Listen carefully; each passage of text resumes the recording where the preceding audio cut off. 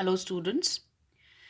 In this lecture, we will start with the nomenclature of aldehydes and ketones.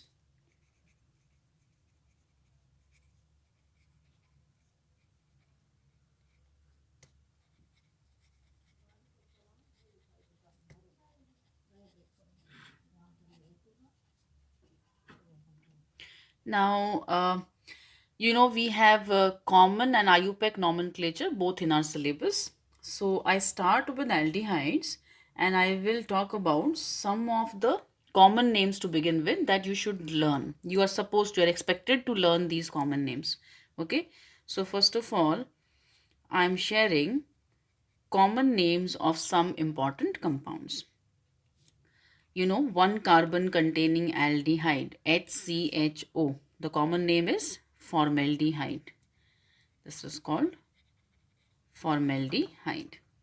Then, two carbon containing aldehyde, CH3CHO, in the common system, this is called acetaldehyde.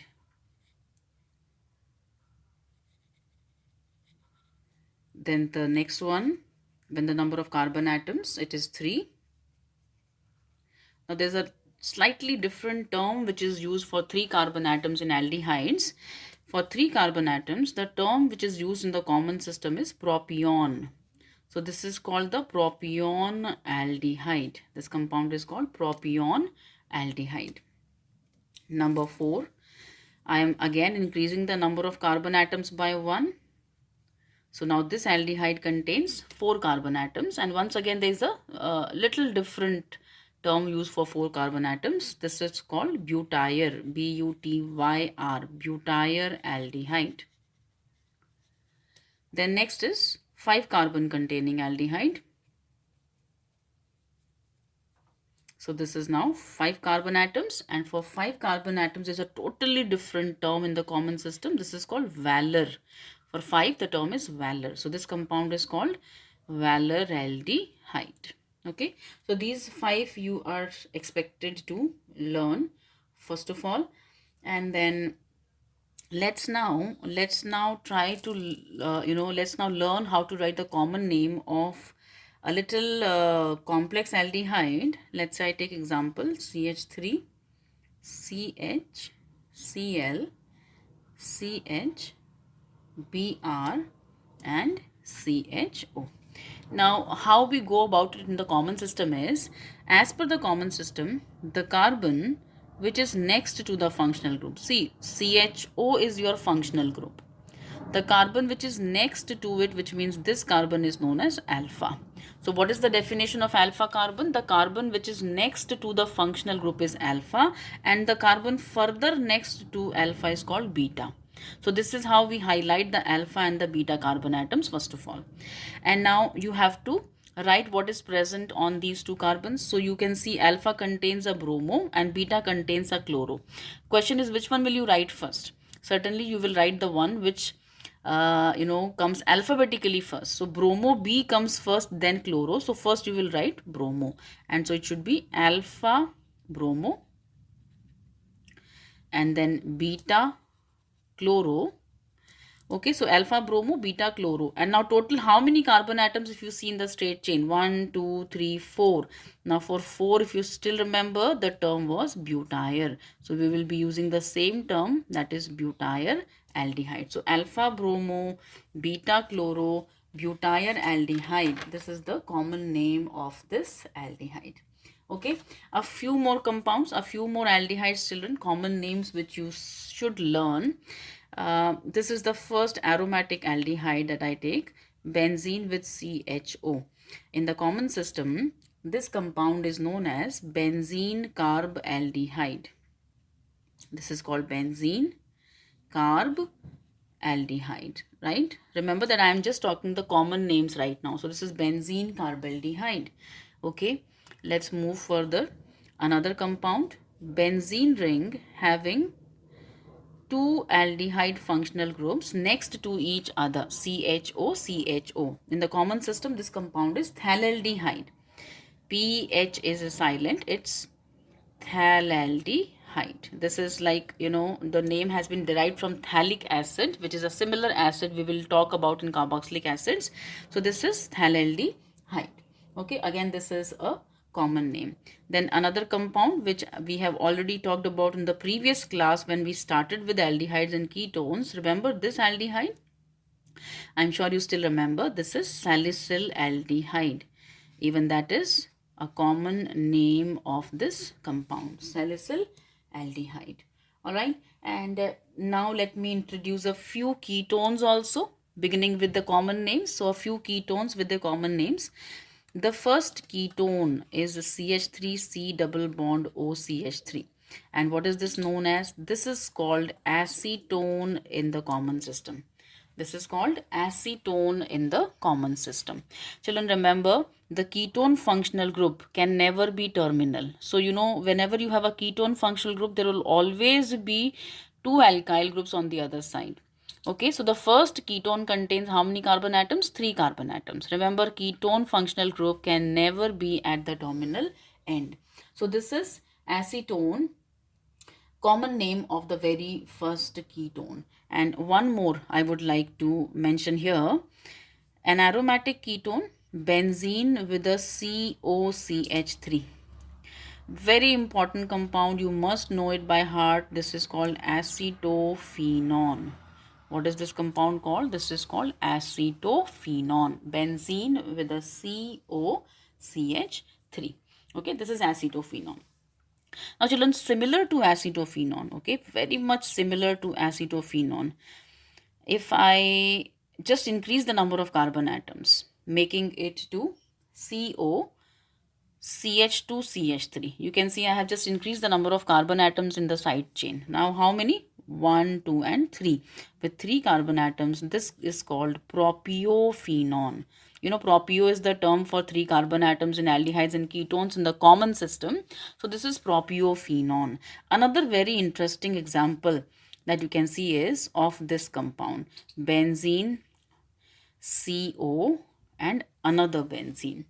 Now what do you have, in this compound is that if you consider this part, benzene with a CO, this is called benzo. And so this compound is benzophenone in the common system. So acetophenone, propiophenone, and then come what? Benzophenone. Okay. We will add more examples and compounds, but now what we start with is, considering the same compounds, let's write their IUPAC names also. So let's now write the IUPAC names of the given compounds. Common names, and now on this side I will be writing the IUPAC name.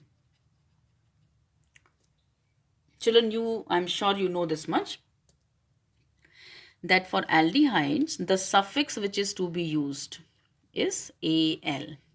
And for ketones, the suffix to be used, suffix is what is added at the end of the name, and the suffix for ketone is ONE. Suffix for aldehydes is AL and the suffix for ketone is ONE. Okay, so now let's start with the first compound. This contains only one carbon atom. So with one carbon atom, the word root is meth.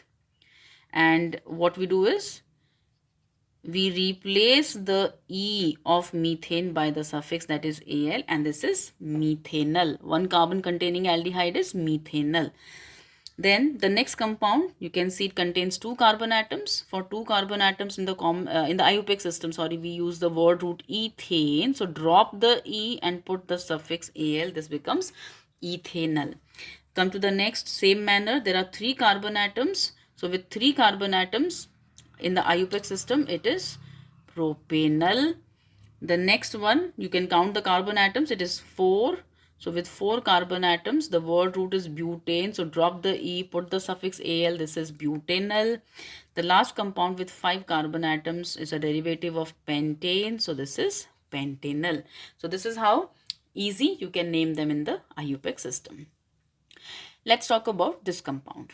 Now, what you do in the IUPAC system? In IUPAC system, you do numbering. You select the longest carbon chain containing the functional group. Your most important, highest priority functional group in this compound is the aldehyde carbon number 1. So you start right from this carbon as 1, then this is 2, this is 3, and then this is 4. Now on second carbon you have bromo and third you have chloro. List them alphabetically. So 2 bromo, B comes first, so 2 bromo, and then 3 chloro. And with 4 carbon atoms in the IUPAC system, you know the word root is butane. So replace the E by Al and that becomes butanal. 2 bromo, 3 chloro, butanal. 2 bromo, 3 chloro, butanal. Next, benzene carbaldehyde. Okay, this compound is benzene carbaldehyde, and this is the IUPAC name of this compound. And one more name for this compound, benzene carbaldehyde, is what? Benzaldehyde. Benzaldehyde. Children, benzaldehyde is the common name. Benzaldehyde is the common name, and IUPAC name is benzene carbaldehyde. But the IUPAC system has allowed the use of the word benzaldehyde. In naming this compound, it is allowed. You can use this, in the IUPAC system also. So benzaldehyde is the common name. Benzene carbaldehyde is the IUPAC name of this compound. Next, the next compound is phthalaldehyde. This is the common name. Okay, let me write also specify. Now IUPAC name. The IUPAC name of this compound, when you start numbering these functional groups, you take this as carbon number 1 and carbon number 2. So on benzene, on the carbon number 1 and 2, you have 2 aldehyde functional groups. So this compound in the IUPAC system is benzene 1, 2 dicarbaldehyde. Benzene 1, 2 dicarbaldehyde. Di is the multiple prefix because there are 2 aldehyde functional groups. Now next is salicylaldehyde. Out of aldehyde and OH, the aldehyde functional groups has a higher preference or priority. So this is 1 and this is 2. It is a must for you to learn the priority order. You first learned it in class 11th. So keep recapping that and revising that every time. Okay. So this is 1 and this is 2. So on second carbon, what do I have? On second carbon, I have a hydroxy group. I will be using this as a prefix now. OH will be used as a prefix because aldehyde will be the suffix. The higher priority group is always taken as the suffix. So 2-hydroxy. And then what is benzene with CHO? Here it is written benzene with the CHO is what? Benzaldehyde. So I can simply use 2-hydroxy benzaldehyde. So this is the IUPAC name of salicylaldehyde. It's called 2-hydroxy benzaldehyde. Okay, come to acetone now. Acetone contains 3 carbon atoms. So easy. The word root is propane. Drop the E and put the suffix which is ONE for a ketone, and this becomes propanone. So acetone is what? Acetone is propanone in the IUPAC system. Propanone is its IUPAC name. How about acetophenone? How to name acetophenone? See children, in acetophenone, your carbon chain is only of 2 carbon atoms. The carbon chain containing the functional group is just of 2 carbon atoms. And on the first carbon, you have this group. I'm writing it here on the side. What is this C6H5 group called? 1 hydrogen less than benzene. This is called phenyl. So on the first carbon, you have a phenyl. So it's 1 phenyl. On the first carbon, you had this phenyl group. So 1 phenyl and then 2 carbon atoms. So with 2 carbon atoms, the parent is ethane. Drop the E and put the suffix. So this becomes 1 phenyl ethanone. 1 phenyl ethanone. Same manner, the next compound, the longest carbon chain has 3 carbon atoms. Again, on the first carbon, you have the phenyl group present. So 1 phenyl. And this time, how many carbon atoms? 3. So for 3 carbon atoms, the word root being propane, this is propanone. So 1 phenyl propanone. All right, come to the next compound. Now, what do I do here? This compound has only 1 carbon atom in the parent chain. 1 carbon atom only where you have the functional group. And on the same carbon, you have this time 2 phenyl groups attached on the first position. So it is 1, 1, diphenyl, isn't it? On the first position you have two phenyl groups, so 1 comma 1 diphenyl, and with one carbon atom the parent is going to be what? The parent is going to be methane, and the suffix one added, methanol. So 1,1 diphenyl methanol is the IUPAC name of benzophenone. Okay, I hope these examples are clear, and now you need to practice more, but we will still add a few more compounds to our list. Let's try to name these compounds. Okay, first I take 2, 3 aldehydes. Very important examples these ones are, which I'm discussing with you. The first compound is this CHO, and because you know the linkage has to be through the carbon, so I'm writing it deliberately now here this side. I'm extending it here because I have to show that the linkage is through the carbons. That's why. So CHO, right? It's a compound. IUPAC name only what we are writing now. So there are how many carbon atoms in the longest chain? 2 carbon atoms. And the carbon of the functional group, the aldehyde functional group, is actually a part of the main chain. So with 2 carbon atoms, this is ethane 1 comma 2 di-al. This is ethane 1 comma 2 di-al. You know the suffix for aldehyde is al. Very similar example, children. So let's say you have this compound. Quite similar. You try to number your longest carbon chain. You start from this as 1, 2 and then 3. There are 3 carbon atoms. The aldehyde group is present on first and third. So it should be propane. The longest carbon chain is 3 carbon atoms. 1 comma 3 di-al. So propane 1 comma 3 di-al. All right. And let me just give you one more very interesting example, and which is this.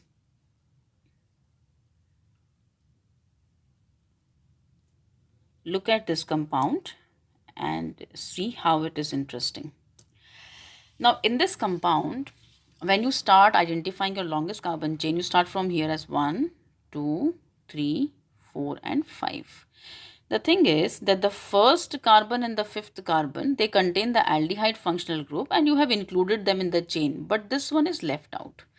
You can see that this aldehyde group on the third carbon is left out. Now the rule in nomenclature is, if it is a functional group like aldehyde here, it should be given the same preference.